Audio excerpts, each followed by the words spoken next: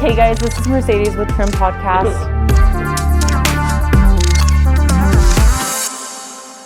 Okay, Dill. Hey guys, welcome to Trim Podcast. This is Mercedes Reaper with also the Fellas Chop Shop. I am here with Jeremy Munson. He is one of my barbers who's been with me for 3 years. He's also my Springville shop's manager as well. Jeremy, tell people why did you choose barbering? Honestly, I chose barbering from like a little kid. I got this jacked up haircut. My mom took me to like the Fantastic Clips. Fantastic Clips. And I asked the lady for like an inch off the top, and she gave me like an inch left on top. And so I was just like so upset, and I went home and like shaved my head. She did you dirty. She did me wrong. Yeah. And then afterwards, I would just start watching like YouTube videos, and I remember all my buddies would always get their haircuts at this like Hispanic shop in West Valley. And I was like, where'd you guys get your guys' cuts at?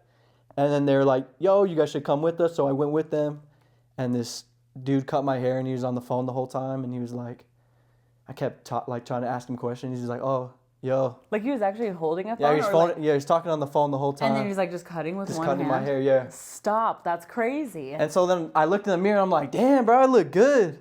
And so ever since then, I've just like always been attracted to the barbering industry, and like just the way that it can make other people feel is like a huge thing. Like early on, I wasn't like huge on like, I was more like bigger into like, I just want to cut people's hair. But the more I cut hair, I was like, man, it's more about what you know about people and how you make them feel than it is about cutting their hair.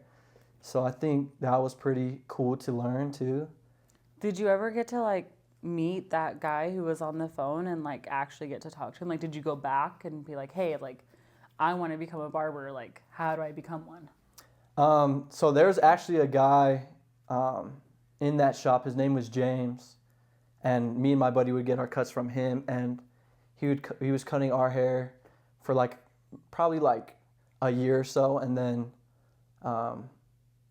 he stopped cutting our hair. So he kind of introduced me to cutting hair a little bit. Like he told me like what clippers were good, and just to like full send it and cut people's hair. So that's kind of what I did. That's what I was going to ask you next is like most barbers I feel like did a lot of like at home haircuts before they started doing like in like the actual shop haircuts. So did you like cut up a lot of your buddies before? Yeah. How many like bad haircuts did you give me for? I remember the first cut I ever gave. It was like this kid with like bleach blonde hair, and he wanted like a comb over. So I tried to give him like a hard part. And me and my buddy were both cutting his hair. And at the same time? At the same time, like we were taking turns. And I gave him like a thick line. Like a landing like strip. A super thick line. And he was like, he looked in the mirror and he's like, oh, I look so good. And I was like, me and my buddy were like in the background laughing. And then he went to school and he's like, yeah, guys, like Jeremy cut my hair. I'm like, bro, don't tell people I cut your hair, bro. For you, so like that line wasn't me. I'm like, yeah, that wasn't me. That was somebody else. So, like, what would you say to like all the young barbers that are like potentially listening to this, or just out there? Like, what would you say to them if they were like, look, Jared, like I wanna be a barber, bro. Like, where do I start? Like, what would you say to them? I would say honestly, like just pick up a pair of clippers and practice on all your buddies, all your friends, and just see how you like it first before like investing in yourself. I think that's probably the best I would say to people. Like start practicing at home and kind of seeing if like this is like a thing for you. Yeah. Another question too is like a lot of barbers I feel like come from like a history of like someone in their family did do hair before them, like either their parents or like their siblings or whatever. Like, do you have like a relative that did hair before you? No, I have no one that I can't think of. Nobody, no. So you're about to like start a little like chain of like beast mode barbers in your family. So I started cutting hair, and then shortly after, my sister got her cosmetology license, and now she does hair. She has her own little studio. That's amazing. So you help her like a little bit with like some barbering? No, she just does like women's. She hates like barbering cuts. Yeah. So. No, it is kind of weird that like in our industry, there's not a lot of people who love like both. It's kind of just like one or the other. I was just like one or the other for me, but like I know like we have several barbers in the Fellas that do both. They do women's hair and men's hair. I kind of want to like take these like this back to like when me and you first met.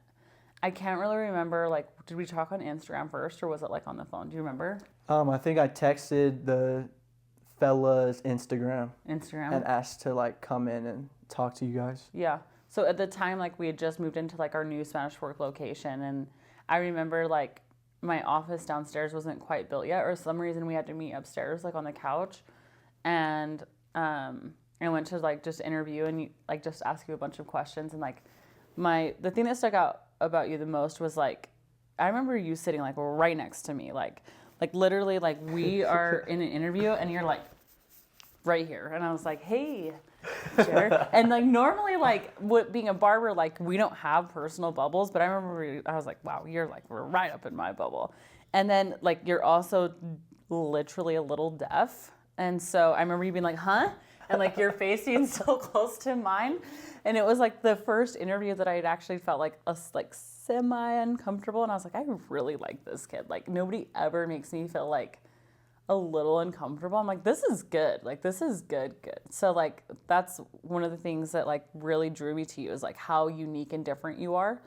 And, like, obviously, over time of the 3 years of having you, like, I've realized, like, you've come from a total different place in life than I have. You know, like, I think we're, raised in two very different people. Right. But yet, I think we have the same, like, visions and goals. What do you think? Yeah, I would say I feel like we both have the mentality of, like, we want to get the job done, and like the mentality of just hustle first, mentality. Yeah. Another thing I want to talk about too is, so like you've been saving for a while. How long have you been saving? I've been saving probably ever since barber school, probably, honestly. Yeah. What made you start to save? Like, did you know what you were going to do with the money, or like you just wanted to have a fast savings, or like what was your thoughts when you were saving? I think always like growing up, I was like, I didn't ask for a lot of things, so I always wanted just to buy things for myself. Yeah. And I don't know, I always just had like the mindset of just like, if you save all your money, you can get bigger things. Yeah. And like live better. So I've always just thought of that from like a young age. Yeah. Like when I graduated barber school, actually, I remember I paid off all of my fines, and I had like 60 bucks to my name. Fines? Yeah, all my fines. Okay. And I had like 60 bucks left, and I was like, bro, I'm broke. Like, I have no money. Yeah.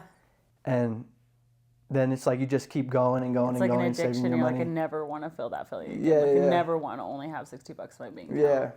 And then when you became Springville manager, like, why did you become Springville manager of our Springville shop?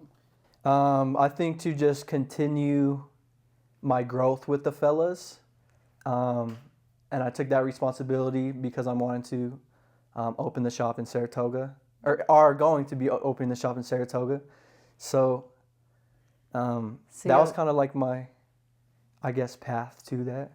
Yeah, so that's like the big news that I definitely wanted to like reveal in this. So like, one, I want people to know that like you've been saving for years for this opportunity, and now you're literally about to have your own Fellas, just like I have my own Fellas. You're going to have your own Fellas too. But why save all of your money from 18 to your age now? How old are you now? 24. 24. So 5 or 6 years of savings. Why invest into the Fellas and not something else? Like, why not just like buy a house and then buy another house and leverage that? Like, why invest into the Fellas? Why take your hard-earned money that you've been saving for so long? And if you guys don't know Jeremy's super frugal, like as frugal as it gets. Okay, like very, very tight with his money. But why would you invest into the Fellas? I think honestly that's like, you got to invest in yourself as a barber. Like, I think a lot of people think barbers are like dead-end jobs and they can't make a ton of money. Yeah. And so I think if you invest in yourself with a company that's established already, then it's like there's so much room to grow. Yeah. What specifically like do you love about the Fellas verse? Because like obviously you could invest into like some franchise barbershop or whatever. Like what specifically about the Fellas is enticing for you to do the Fellas versus all the other ones? I think honestly, the people I've met, honestly, in the fellas, like you. Yeah, that's what I was gonna say. You can just say me. Yeah, like, No, I'm just kidding. like you for sure. I think you're probably like one of the number ones, and then like meeting like other barbers like Koa or like Jordan, that have like always just been super helpful or friendly to me, and I don't know. I feel like it's like at first when I came and worked here, I thought it was like so weird because everybody was like so close and tight to each other. Mm-hmm. But then I was like, it kind of drew me more interested because I was like, that's kind of like how I grew up with all my buddies is we were like so close and tight that I was like, kind of like this atmosphere, you know, instead of like other barbershops, how they're like so closed off or closed-minded. Like very like fend for yourself or Exactly. your competition or whatever. I think like, so people always ask me like, why is your team so close? Like, why is the fellas so close? And for me, like, I didn't have like I did have a big family growing up, but like I wasn't close to my family. So I kind of felt like when I opened the fellas, like I kind of created my own family. And now I feel like we're a bunch of misfit barbers that don't really have a family, that we've kind of turned each other into family. What do you think? You think that's probably true? Yeah, I think so. I think like Just very misfitted. everyone's so different, you know? So like different. Everybody's so different. It's crazy. What's your experience been like managing the Springville shop? Because obviously Springville's like, it's harder. It's in that container. Like there's not a lot of like visibility. Like the odds are against you in that shop. And you have a very, very different multi-personality people in that shop. Like what would you say has been like, your biggest like hurdle, or like what's your experience like too? I think at first it was like stressful. Yeah. Because you got to deal with everybody's like, basically all their bullshit, you know? Yeah. So it's like at first, but then I feel like once you kind of calm yourself down and realize like, you just got to remember that you're in this position for a reason and not to second guess yourself, that it turns into like, kind of just like having fun again, like relaxing, Yeah. having a good time. And I think you're like a really like just like natural born leader. Like you just have this like energy that like people want to be a part of, people want to follow you. It's like you really are living your life to the fullest, like, and you're living like a positive, healthy life. And who doesn't want to be a part of that? Who doesn't want to surround themselves with somebody who's leading a team of healthy, happy, motivation, place. So I think that you really attract like really healthy people too. But yeah, your shop is just a harder shop just due to like, I think your guys' like location is a little difficult, and like, not having like a lot of neighbors like really hurts it. But I think you really bring like a huge positive energy to that shop. When you were growing up, like what was your first memory of like, this is what I want to do as like my career? Like, do you remember what it was or what you wanted to do? I think like my first memory, I don't know. I think like I was like kind of intrigued by cutting hair and would tell people I was going to cut hair. And I remember like talking to my dad about it, and he was like whatever you do, like I'm going to believe in you no matter what. So I felt like that gave me like the passion to be like, if I fail, then I still have this person that still loves me no matter what. Yeah. So I thought that was important because it gives like a little kid like motivation, I guess, to like just succeed even if other people don't think you're going to succeed. Right. Do you feel like you've had a lot of people doubt you in your life, like as you've grown up and to become what you've had? Like, do you feel like there's been a lot of people like, you ain't going to be nothing? I would say like somewhat, like some people, but I always think of people that are hating on me or hating on other people around me. They're just like envy me. Yeah. So like I don't know. I try to like get all that noise out. Like I don't really want to be distracted by that, How do you like let it roll off? Because like for me, like that's hard. Like I get a bad Google review and I'm down for like a couple days of sadness, Like how do you just let it just roll off? Because you're just so confident in yourself, or like what is it? I think it's like if you don't got belief in yourself, then no one else has belief in you, Yeah. So I don't know. Like of course things still bother me. Like if I get a bad Google review or like someone's unhappy with a haircut or something, like of course I'm like in my heart's beating and I'm like, damn, like this sucks, Yeah. But like I know that I can like, I feel like when that happens, I can like go back the next day and it will make me want to be even better than I was the day before. I agree. So. No, I love that. So another thing too is like when you were just barbering, like you had the relationship with your clients and like really all you had to do was take care of your clients and then you kind of got to go home. But now that you're managing, like you have to take care of your clients, their clients, the shop, etc. Like what I really noticed a lot from you is like not only do you now care for your clients, but like you care for your barber's clients too. Like, and you care about like the experience. Like, you know, there was a time where a client, I think someone was like running behind and you had to take care of the client, right? How does that like make you feel like now that like you're no longer just responsible for like yourself, you're like responsible for this entire team? I think I don't know. I feel like that's always just been my mindset, like taking care of other people. So it doesn't really bother me that like I have to take care of other people's clients, you know, like. You find like enjoyment in it and you're like, okay, like now I get to help them and like teach these barbers like how to take care of their people. Yeah, I feel like honestly some of the best experiences I get when I'm cutting hair is when I take somebody else's client, because I know I'm going to give them the best experience they can have and get to know them like super well. And I feel like honestly most of the time I'll get that person rebooked on my schedule as well. So yeah. So last question I think that I have for you is what is coming in store for you for 2024? What does 2024 look like for you?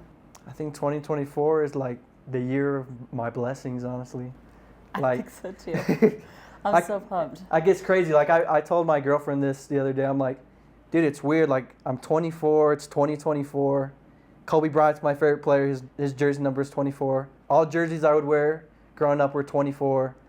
And it's like I always just see like random stuff like floating around that just say 24. Like I got my car done today. On the tag it said 24. Stop it. And I'm just like, this happens so much. Or I'll check the time and it'll be like 2:24. And I'm just like, that's crazy. So I don't know. I don't know what that means, but I think like this is like the year where I like kind of just like grow up a little bit more as well and like have a lot more in store for me. Yeah. So 2024, me and Jeremy are coming for you, Saratoga. We're going to have the baddest location out there. And don't worry though, because you're going to stay on. I'm going to shave this guy so when he does make his way to Saratoga, he doesn't look so shaggy. Hi, Mom. Jer, when was the last time I shaved you? I don't even know. Probably like a year ago, 2 years ago. Wow, that's a long time ago. How does that feel? Does that feel comfortable? Yeah. I'm going to open this a little bit. So do you feel like you have like a lot of like nights where you're like just your brain is like racing like 100 miles an hour of like, what is this shop gonna look like? Like how is it gonna flow? Like who are gonna be like the people that work for me? Like what's the vibe gonna be like? Like do you feel like it's just like a never ending amount of like brain power going into it? Yeah, I always think about that, like, or when I'm driving home, I always think about it, you know? Do you feel like nervous at all? Yeah, for sure. What's your like most like what's the scariest part of the whole thing for you? I think the scariest part is like, I know I'll work hard, but I don't know if anybody else is gonna work as hard or like want to work hard, you know?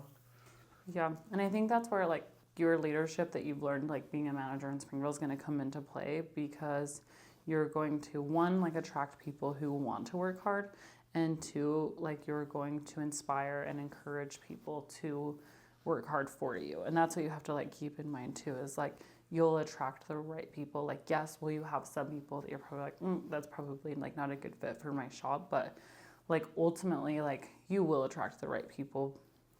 I remember like when I opened the shop for the first time, like I used to pull over on the side of the road and like just puke and being like, I'm not like educated enough for this, and like I don't have enough experience, and like I'm not the best barber, like I shouldn't be opening like a shop, like only the best barbers open a shop. But like I just remember being so nervous, but I really think that's like what made me me, you know? Yeah. Is like being able to like live in fear almost at first of like I kind of just felt like I needed to put my head down and like just grind. And I think you're going to have a lot of like those same feelings. Is that too hot? That's good.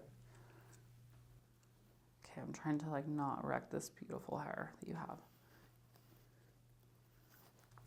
What would you say your best advice is when opening a shop? Like there's so many that come to mind. Like people ask me that all the time and I'm like, okay, what's going to be like the one sentence that's going to be like the banger, right? And I think like the one that comes to me like the most is just don't make everything about you. Like don't make anything about you. Like literally live your life for everyone else. Like make it not about you. And I think if you don't make it about you, I think that's where you become quote successful, like by putting others first. Like obviously you have to have boundaries and like limits, but I think always give more than you take. And I think that would be like my ultimate like favorite best advice. Like if I could only give that one piece. When do you think the fellas started like being successful? I don't know. Like I don't know if this is like weird to say, but like is it even successful now? Like what does success really even mean? You know, like is success like money? Like yeah, does it create positive cash flow? For sure.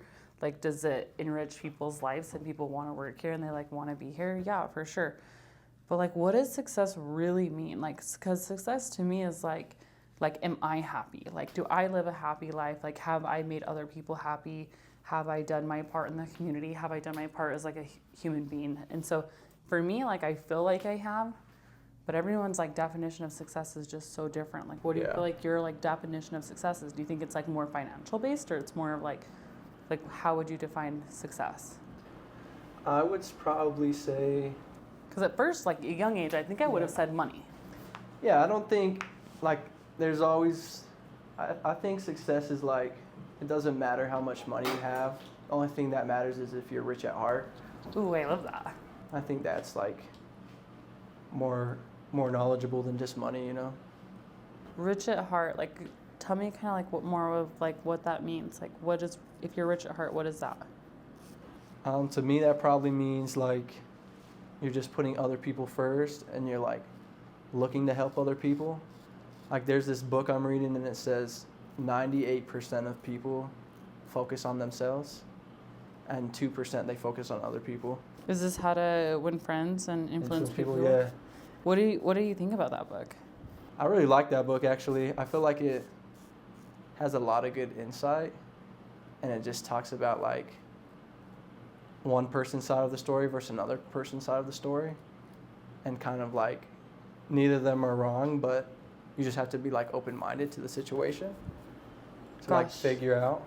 That's like so true to kind of what you're dealing with, just like as being like a leader of your shop, of like you probably have to be super open-minded because sometimes you probably feel like what the freak are you thinking, but you're like okay, like let me take a step back and think like okay, why do they maybe do like what they did and like try to relate to where they're coming from. Yeah.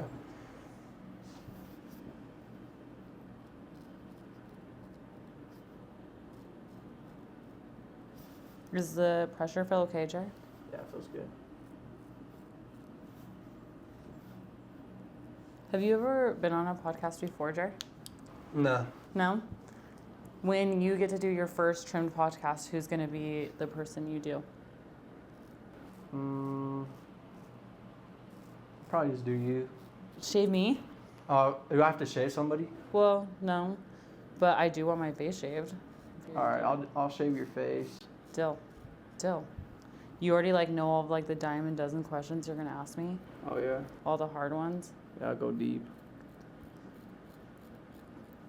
Yeah, like I was thinking about this like the other day too. Like, someone said like, same question of like, what's some good advice for like, someone who's opening a shop, and like I instantly thought like, like the people who are sitting in your corner right now, and the people that are in your life right now. Sorry, I just want to get that line in. Okay. And I don't love that still. Like the same people who are in your life right now, more than likely, like majority of them won't be there. Like the people who were in my corner when I started, like they're not a part of my life anymore. And you think that like these people are going to be like your ride or dies like forever, and they're not.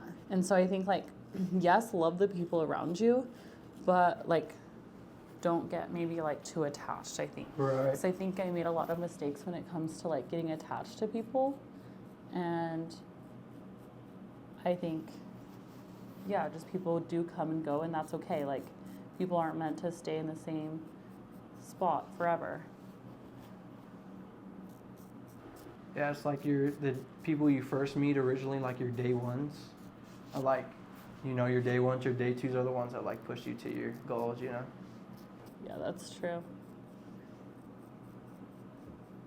Do you have any like famous barbers that you like want to shout out right now that are like just coming to mind? Vic Blends, I love you. We're not doing any homeless cuts, sorry. You like inspire me. Like, I love everything you say, Vic Blends, but no thanks. I can't do it. It's too cold out there. No, he is legit. Do you watch the majority of his stuff? Yeah, I remember watching his stuff when I was first watching YouTube videos, and he'd have videos of like the daily life of a barber student. Yeah. Wait, when he was a student? Yeah, when he was like 18, 17. Oh, stop, really? Yeah. Yeah, I always watched Vic Blends or like Chris Bosio. Yeah. I think that Vic Blends is like just like super, super inspiring. Yeah. This mustache, I'm not even really quite sure what you do with this mustache. Do you know what you do with your mustache? I just skinny stash it. Is this a West Valley thing? Low key. Low key. Yeah. We would always do that when we would go to like school dances or weddings. Just bring the mustaches in? Yeah.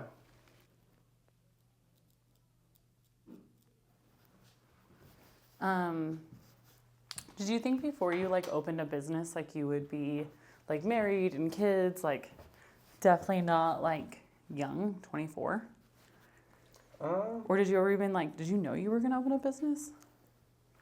I don't know. I think like that's always like been my goal growing up, you know? Yeah. Or at least like since I was a barber. I always like wanted to have like a barbershop that I ran, a successful barbershop. But no, I never thought like, oh, I need a family and kids before I do this, you know? I never had that in mind. What were you going to say? Sorry. I think it's like, right now it's cool, good, you know? Like I don't have a wife or kids. So you like and I can like focus. Yeah, I can like focus on it. Of course, I want like wife and kids down the future, you know? How many kids do you want, Jer? I think I want like 4 kids. You're gonna be blessed with all girls. Like you're supposed to so? be like a dad. I think I want a boy for sure. Like a little football player boy. Yeah. Got this unibrow, bro. I know, I got a huge unibrow. Is that why we keep this hair so long? It's like people just don't even know like how thick this like these brows be. Yeah. It's like all just for secrets. Have you used the Bravo aftershave that we created? Yeah. I What's really your like thoughts? it. Good choice. Yeah, I like it a lot. Good scent. Good burn. I like it better than like the Ruzel.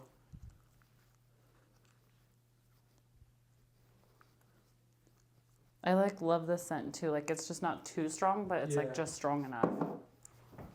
So why did it take so long for it to be developed? I don't know. It's just like to have anything like recreated. So like everything we've done, there's just a lot of back and forth of like, this isn't right. This isn't right. Yeah. Like I like this, but I don't like this. I can smell this undertone, but I don't love this undertone. So like, I think we had samples like sent back and forth like, probably like 6 or 7 times. So it was just like a ton of back and forth. What do you think? Looking amazing. I didn't do your stash above, but I did your stash below and then just shaved you. Yeah, I like it. Thank you.